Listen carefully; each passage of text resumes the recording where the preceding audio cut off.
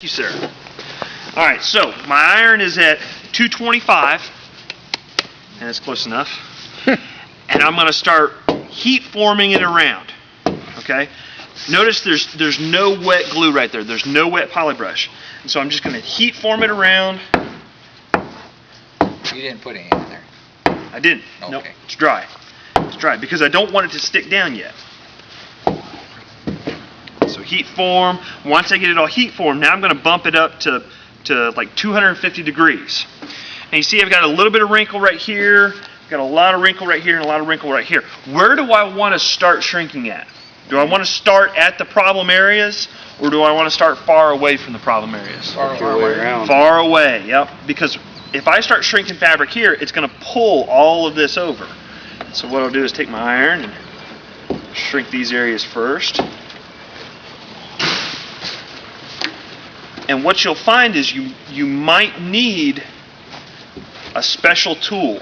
You need an ironing board. Okay, so what do we want to, and an ironing board in this sense is so that we don't stick the fabric to the underlying glue, because as the iron gets hot, it's going to heat up this polybrush, this pre-coat underneath, and it might make it stick, and so we're going to have to take it and peel it up. So you just talk about cardboard, not an ironing. And every time we peel it up, what happens to the fabric? We stretch it a little bit, yeah. So I put an ironing board underneath there, and cardboard works great. And here's the unfortunate part. The best cardboard I've found for making ironing boards China. are beer boxes. Beer. Talk about that. And Got a few of them laying around, do we? it's unfortunate, and you might have to go buy a case of beer. There should be plenty of those on hand when you're doing this anyhow. But that cardboard works really good for a couple reasons. One, it's really thin, so it'll slide underneath. The other is it's got a very slick surface. Perfect, thanks. It's got a slick surface that the fabric will attach to, or not attach to, excuse me.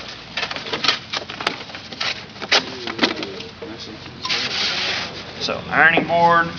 And see, now as I shrink this and heat it up, it doesn't stick. Make sense to everybody?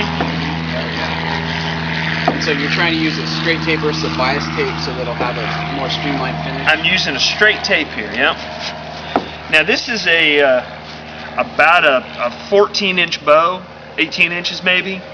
That's as tight as I want to try this on, okay? If we're doing like a cub wing, no sweat. In fact, I can almost pull this around without any muscle or without any shrinking at all. I'm going to work on this here for just a couple of minutes. I don't want to waste a lot of time on it, but I want you to see how we make this work.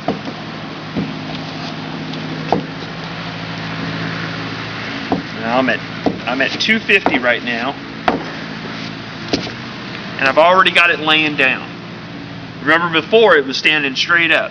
Right now we're at 250 and we've got it shrunk down, and I've gone really, really fast. Okay? If I was doing this in the shop, this is a 45-minute job. Okay? Because I'm going to be very careful in how I shrink. You notice that I'm pushing the iron over like that.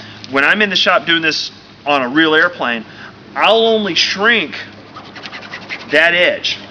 I'll just work the iron on that last little edge. Why am I only going to shrink that area? So it draws it in. It's going to pinch it in, yeah. I don't have an issue with excess fabric right here. I have too much fabric up here at the pinked edge. And so that's how I'm going to actually work my iron back and forth. And you're not anchoring that bottom edge at all. It's not pulling up. It's not pulling it up or anything, yeah. No. What you can do is wet out the apex. If you have issues with the tape wanting to move up and down, wet the apex out just so that it keeps the tape centered on the bow. And so now I'm going to bump the heat up just a little bit more. I might go to only 300 degrees. Do the same thing.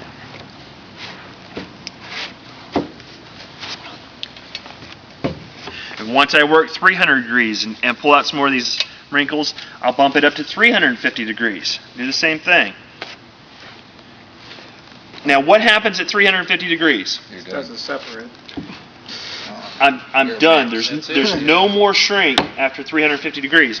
So if I get little wrinkles in there at 350 degrees, they're not coming out. Okay. At that point, I would probably consider pulling the tape off and trying it again. If it's an ag cat, I don't care. Okay, because I'm not looking for aesthetics there. If I'm everyday flyer or Oshkosh Grand Champion, that's not acceptable. At least not to me. It's perfectly airworthy, but aesthetically, it's not acceptable. You can just sand that out later. You can try, but it's not going to come out. You get your DA on it. We can just put Bondo on her and make it all one, one. Yeah, there you go. Why didn't I think of that? Bondo's pretty That's light. It looking won't weigh pretty the nice aircraft right there, down. though, already. So, Man, it's coming out. so that's 350 degrees. I can keep working this and pull most of this out. That little wrinkle right there probably won't come out. I've still got a little bit of work right there. That's not going to come out. Let's I work it just a little bit more.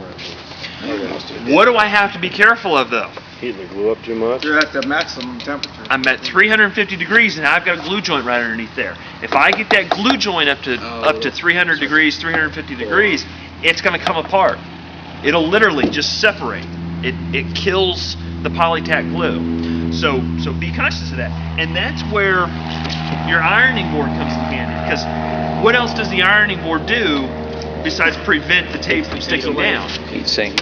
Yeah, I mean I can touch that iron and it doesn't hurt.